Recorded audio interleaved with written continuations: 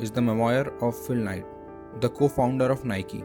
The book chronicles the journey of Nike from a small startup to one of the most iconic brands in the world. It is a story of ambition, perseverance, and innovation, showcasing the struggles and triumphs that defined Knight's entrepreneurial path.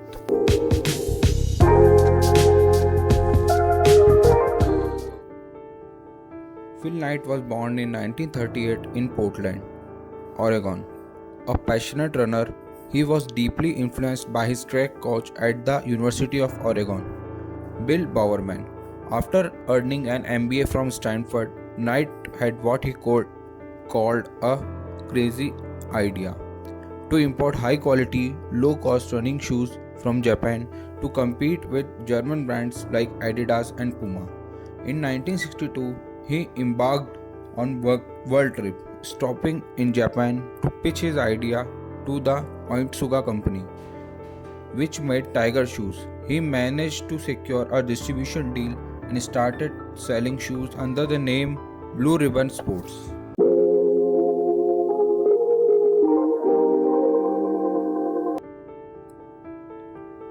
Knight's venture began humbly, operating out its parents' basement. He partnered with Bowerman, who became his business partner and helped improve shoe designs by selling shoes at track meets and through mail orders. BRW show slowly gains a royal customer base. However, financial struggles, inventory shortage, and cash flow problems become constant challenges.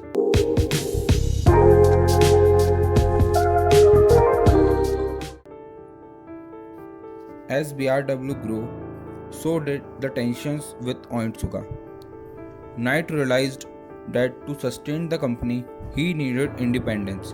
In 1971, when Onitsuka attempted to cut ties with BRS, Knight decided to launch his own brand, Nike. The name was inspired by the Greek goddess of victory, and the iconic whoosh logo was created by a student named Keon Davidson from just $35.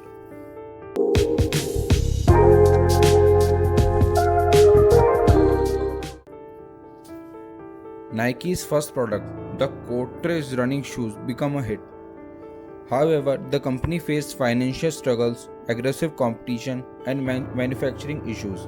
One of the Nike's greatest innovation came from Bowerman's Waffle Iron, which inspired the design of Waffle Trainer, a shoe with superior traction. Despite success, Nike was still a small company struggling with cash flow and lawsuits from Onitsuka.